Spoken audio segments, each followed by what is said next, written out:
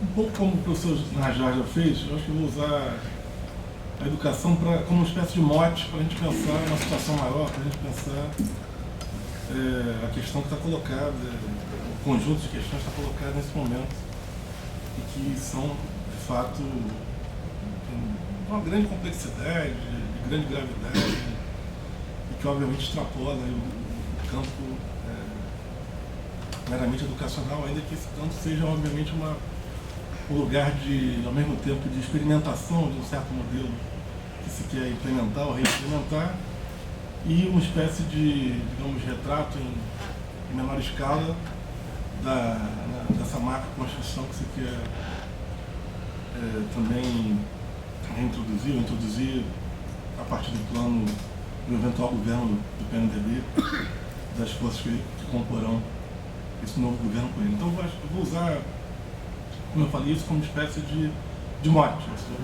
alguma coisa que seja a gente poder pensar mais amplamente o que está colocado, né? Qual é exatamente a questão que está presente. O professor Jorge terminou falando de choque. Eu acho que um pouco que me causa espanto, me causa embaraço na situação presente, o que a gente tem podido ver, o que a gente tem percebido, né? Dado todo esse frenesi de informações, esse espetáculo de quase que circense montado pela mídia, né? Você não tem muito tempo para refletir, a ideia é que não se pare mesmo para refletir nada, que a gente simplesmente aceite uma coisa de uma maneira natural, incontornável e ultrapassável. Não tem como não ser assim. De algum modo, acho que a ideia é se promover justamente um campo que vai na direção de alguma situação como essa, né? Ainda que sejamos poucos, ou seja, a conversação política é sempre o objetivo maior da política. E a ideia é que não se tenha mais qualquer conversa, que simplesmente, né, nos inclinemos à mesa posta. Então eu também, eu particularmente, acho que todos de alguma maneira experimentam um certo choque diante disso, né? Eu acho que há duas possibilidades de você se espantar, de chocar. A mais comum, aquela que a gente mais naturalmente assimila ou compreende, é quando você se vê diante de uma coisa que é extremamente diferente, né? Ou seja, uma coisa extremamente irreconhecível. Ou seja, o choque se dá por espanto. Ou seja, eu me espanto com alguma coisa que eu nunca vi, alguma coisa que eu nunca contemplei, que eu não esperava, ou seja, o inesperado, o diferente, o diverso. Mas o que me parece chocante agora é justamente o contrário disso, né? Se nós estamos chocados de algum modo com essa mesmidade atávica que o Brasil parece apresentar, essa insuperabilidade do mesmo, ou seja, do eterno retorno de uma coisa que não consegue mudar.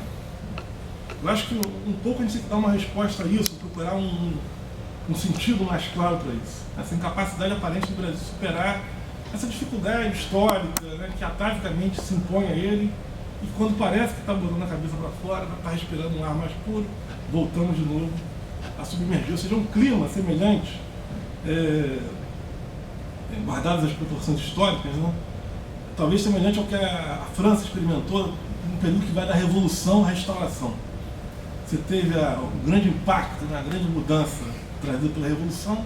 Você tem depois as guerras napoleônicas, que de alguma maneira, naquele momento, simbolizavam uma exportação da Revolução, ou uma efervescência ainda das mudanças, e depois a Restauração, que surge de uma maneira inexplicada, uma estagnação profunda, um sentimento de apatia, né, de impossibilidade, ou seja, os possíveis, as novidades estão pavimentadas, amortecidas, né, caladas. Eu acho que, de alguma maneira, por mais ou menos que se goste do que vinha acontecendo, eu acho que a sensação não pode ser muito diferente dessa. Eu acho que a sensação de todos é um pouco isso. Ou seja, não há, o que há de pior nisso que está acontecendo é a impossibilidade de ver qualquer novidade nisso. Eu acho que isso, do ponto de vista histórico, é talvez a coisa mais chocante, a coisa mais miserável em todo esse processo.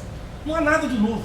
Ele traz o que de novo? Eu não consigo ver nada de novo, né? Isso é uma situação de mera e pura repetição do que a gente já viu, do que a gente está acostumado, em princípio, a ver na história brasileira. E aí, eu acho que cabe também a gente tentar, generosamente que seja, pensar as coisas numa chave um pouco mais ampla. Eu acho que o que está se perdendo agora não é tão somente, repito, insisto nisso, goste ou não do que o PT vinha fazendo, tenha se votado ou não no governo, concorde ou não com o que a Dilma vinha fazendo nesses últimos anos, mas acho que o que se perde é algo maior do que isso, né? Eu acho que é algo mais amplo, e eu acho que seria algo mais interessante, que ao mesmo tempo ainda complica, né, ou diminui a situação presente.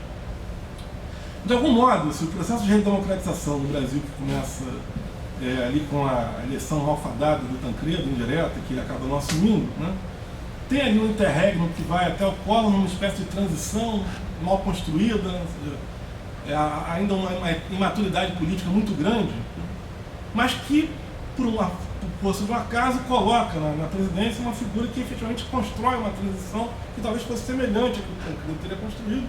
Não é à toa que ele também é um mineiro, que é o Itamar Franco. Então, em 2 anos e pouco, ele consegue, de fato, mudar um pouco a cena política, convocar novos atores políticos, trazer um sentimento nacional diferente, né?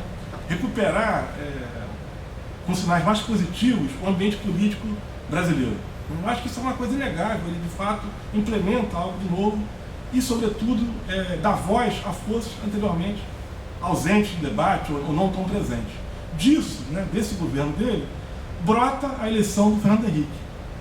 Também não quero avaliar se o governo do Fernando Henrique foi bom ou não, mas me parece que nessa passagem do governo Itamar Franco para o governo Fernando Henrique, já se introduz um traço que é absolutamente novo, né, e fundamental para esse processo de redemocratização, ao meu ver, ao menos, que é de uma construção, ainda que embrionária, de uma racionalidade política.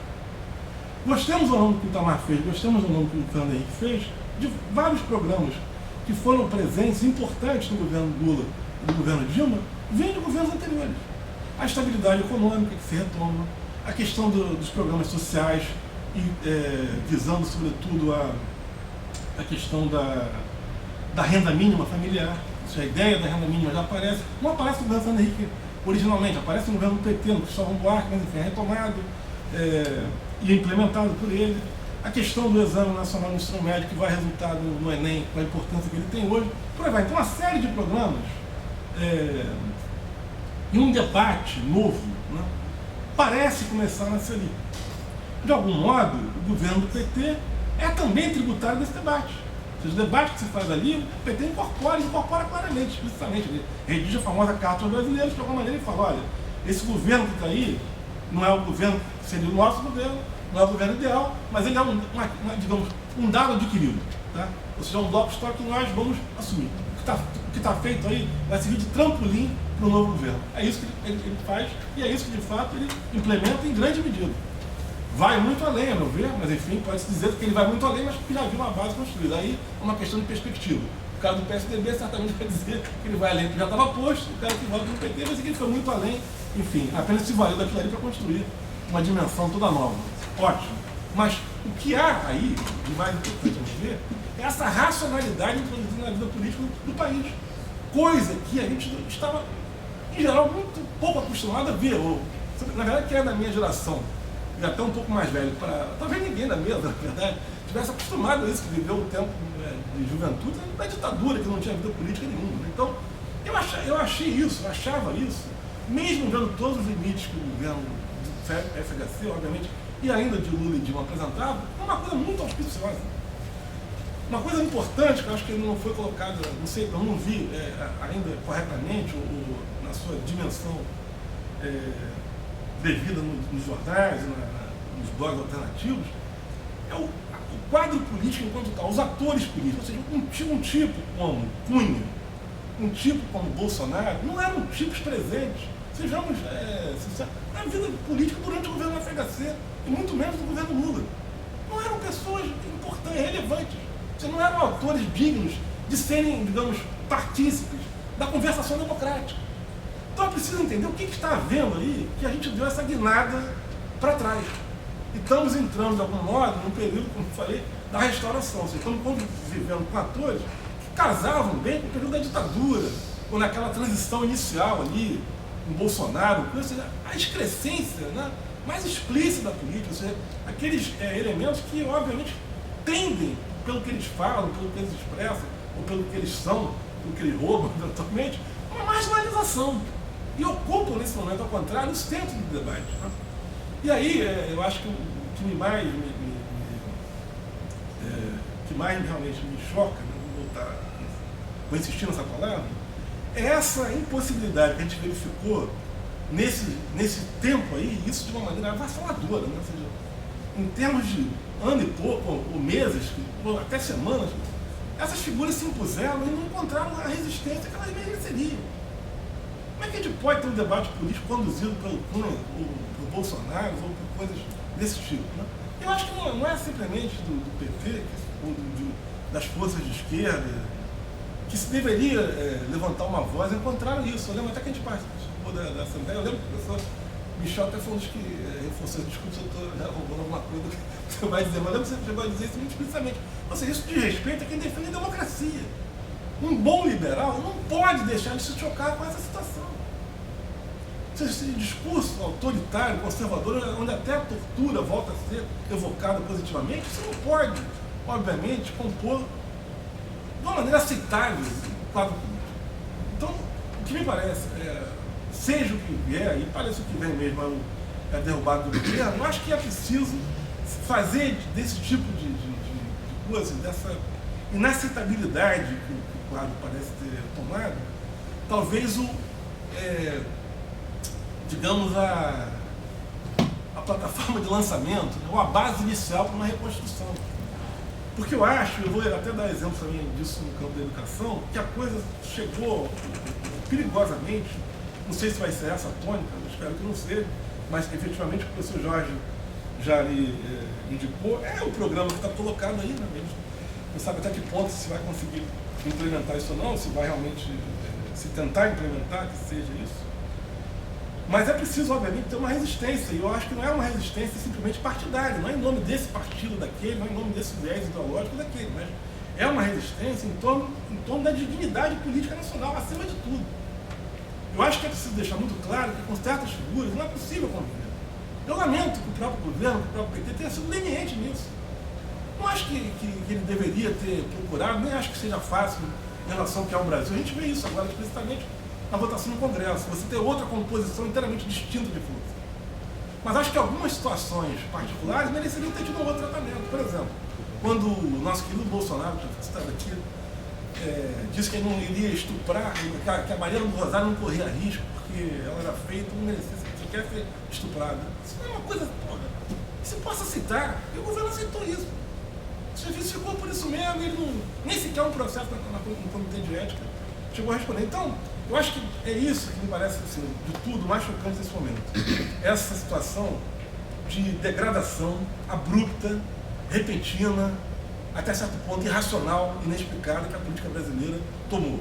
Isso vai continuar não crescendo, isso vai ter uma revisão, mas acho que isso talvez seja um primeiro ponto a ser atacado. Obviamente que a educação é um reflexo disso e vai refletir o que se tirar disso, né? Eu acho que não há como se pensar na educação, digamos, independente, democrática, libertária, crítica, como você falou, com atores que não têm nenhum compromisso com isso. Né? É óbvio que eles vão investir pesadamente, como já está sendo anunciado, de uma outra maneira, sobre esse quadro. Né? E aí eu acho que também nisso, vou fechar por aí, não tem nem mas sim, então vou fechar rapidamente com isso, porque a educação, como eu falei no início, seria um mote, mas eu falei tanto do preâmbulo que agora o mote vai ser o efeito final.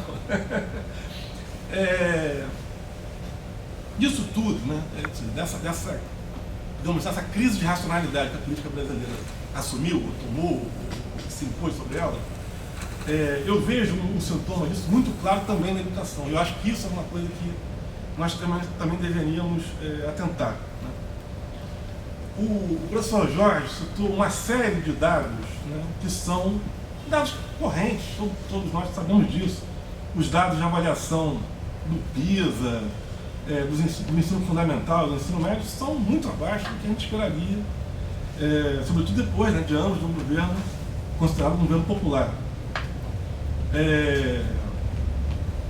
80% da população brasileira em idade de escolarização de nível universitário se encontra ainda fora da universidade.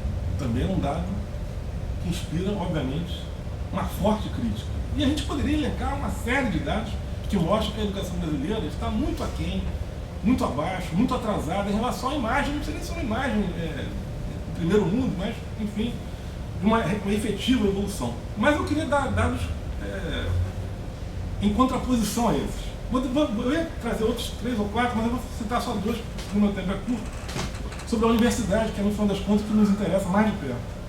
Olha só, de 2003 a 2013, o número de ingressantes na universidade, tanto pública quanto particular, aumentou em 76,4%. O número de concluintes de 2002 a 2014 aumentou em 80%. Ou seja, a universidade brasileira está muito aquém do que ela deveria estar. Mas pensa como é que ela era há 10 anos atrás, há 15 anos atrás. Certo? Ou seja, por menos que nós tenhamos feito, nós fizemos muita coisa nesses últimos anos. Né? Então, eu insisto numa pergunta, e vou, acho que meu tempo se conclui aqui, né?